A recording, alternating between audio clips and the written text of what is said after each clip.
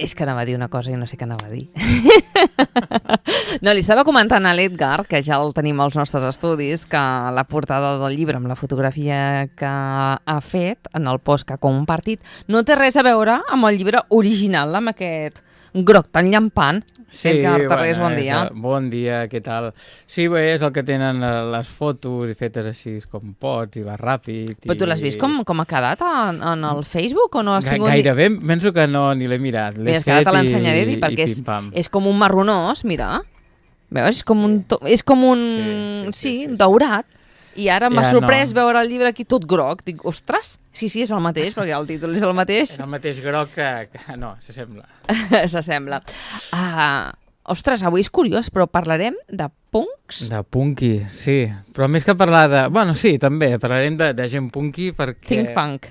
Sí, Think Punk. Parlarem del llibre aquest, Think Punk, perquè a mi em va encantar, val? Perquè és una altra manera de veure, diguéssim, de connectar amb nosaltres, val? Per mi és un llibre com molt espiritual, val? Perquè en veritat està parlant de nosaltres, del nostre interior.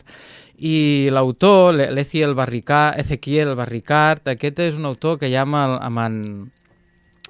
com es diu l'autor?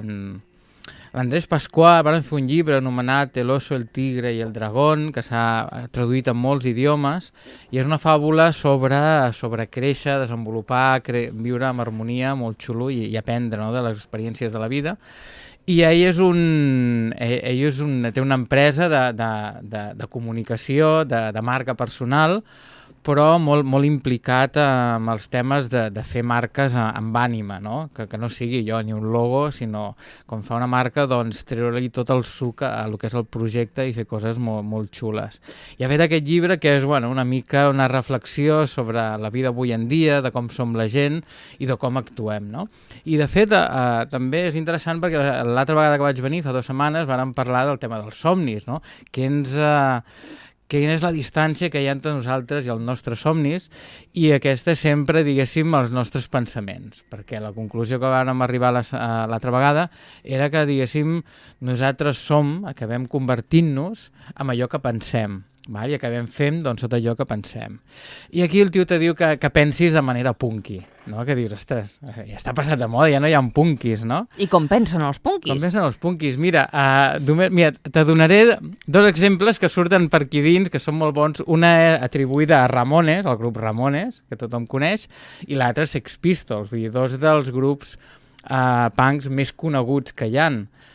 I és curiós perquè, per exemple, Ramones, el seu guitarrista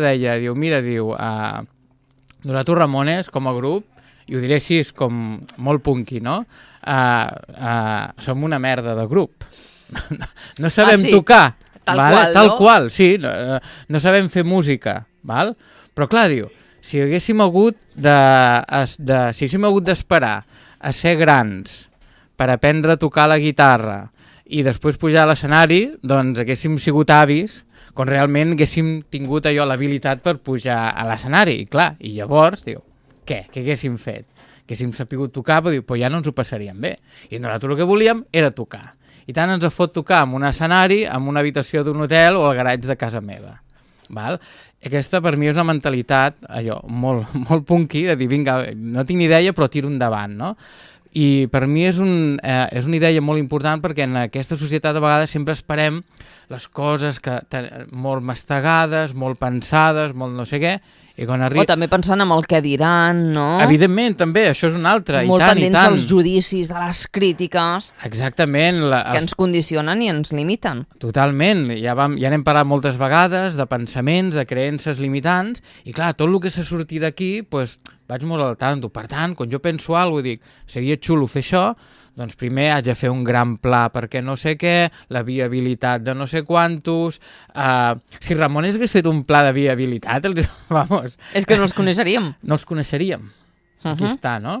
Després una altra anècdota molt xula, i és amb Sex Pistols, l'altre gran grup icònic del punk, del rock i de la música, ja de la història de la música, no? Quan van agafar el Sid Vicious, el baixista, clar, a l'hora de triar-lo, el tio no tenia ni punyetera idea de tocar el baix. El tio feia el que podia i era molt dolent. Però clar, el van agafar. I estic segur que entre el càsting, no?, que devien fer, hi devia haver gent que sabia tocar. La pregunta és, per què el van agafar amb ells? I ells ho diuen.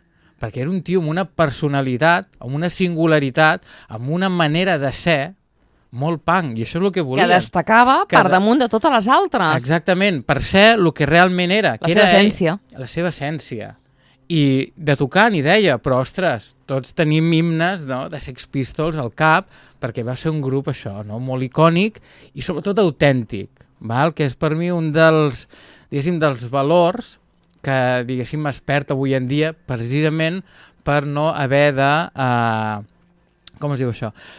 Per no passar per sobre d'aquests prejudicis, de tòpics, de pensaments i de tot plegat. I per això he trobat interessant aquest llibre. Més que res també perquè aquest dematí, abans de venir, estava fent un cafè amb un bon amic al que aprecio i que li tinc molt de respecte. I xerrant de com allò, com està el món, no? Li dic, ostres, mira, jo m'he llegit aquest llibre, em va agradar, i ell me diu, hòsties, a mi em va encantar també, no? Em va agradar molt, el conec molt bé, i per mi és com un referent, no? I per això, quan he sortit d'allà, dic, mira, saps què? Avui, doncs, parlarem d'això. Per què? Perquè penso que estem en una societat molt mediocre. Val? Si t'hi fixes ja... I això va a l'alça. Va a l'alça. Malauradament. Exacte. Fixa't que a l'escola, què és el que és suficient? Un 5. I un 5 què és? Ni fu ni fa. No categes, és un número, però diguéssim que té el valor de... Bueno, no és que no ho sàpigues... El límit, no? Exacte, és aquella cosa que... Ni sí ni no. Exacte. Una cosa suficient equival a una cosa mediocre. Val? Qui és el que realment va endavant, que porta coses noves, que va més enllà segurament del que es demana en un examen? El que treu un 10, el que treu l'excel·lència. I això és el que tira les coses endavant. Clar, si en una societat partim que el suficient ja està bé, no podem anar enlloc. I aquí, aquest llibre, una de les coses que diu precisament és que no et mengis tant l'olla a fer les coses, sinó que quan tinguis una idea, saltis i fes-la. Que et pots equivocar, segur, però com diu també un gran amic, en Jaume Marín, sempre diu, equivoca't, però equivoca't ràpid i torna a començar. Val? I moltes vegades perdem moltes coses. Mira, aquest món ens haguéssim perdut els Sex Pistols, els Ramones, i segur que moltes altres bandes que l'únic que volia era passar-ho bé, ser ells, no? I mira on van arribar. I mira on van arribar, evidentment. Que segurament ni s'ho esperaven, no? Ja et dic jo que no s'esperaven el canvi real que van aconseguir. Ells el que volien era passar-ho bé i ser ells, no? I a partir d'aquí, clar, com que això és un valor en veritat, és un valor que és, diguéssim, és transversal a tota la humanitat, fent el que vulguis. Si t'hi fixes, a veure, l'Steve Jobs el van fotre fora de la universitat, el de Virgin exactament igual. I és gent que ha portat coses, no direm... Exacte, o sigui, no direm que han canviat el món, perquè això a vegades seria un altre debat, però sí que han aportat moltes eines perquè, diguéssim, per canviar moltes coses. No vull dir ara ni que estan bé ni estan malament, però sí que han sigut motors i elements en una època que han sigut disruptius amb tot allò que estava ja establert. Han cregut amb el que realment tenien per aportar al món. I han apostat, no?, per aquest somni, per aquesta idea, per aquests projectes. Totalment, totalment. Quan tenim una idea, en veritat, és una que està dins nostre. Val? A vegades, per mi la meditació va molt bé per adonar-nos, a veure, d'una idea, saber destriar si és algo realment teu, que va amb tu i que té un sentit per qui ets, que no pas a vegades idees relacionades doncs, que sents amb algú i no sé què, i que a vegades t'acosta més desenvolupar perquè no estan en el teu àmbit, no? Però quan tu hi ha alguna idea que és recurrent, jo sempre dic, escolta-la i mira de fer alguna cosa amb allò, val? Perquè hi ha coses que et venen pel cap, desapareixen i ja no hi tornes a pensar mai més. Però hi ha altres coses que et van vinguent, i et van vinguent, no? Jo vull posar un exemple d'això, una cosa que em va passar fa molt de temps, i és, jo sempre volia tocar el piano. Jo sempre havia tocat en bandes així de rock, de heavy i tal, tocava la guitarra, però a mi un dels somnis era tocar el piano. Però clar, jo no volia tocar el piano amb el Sol Solent i aquestes històries.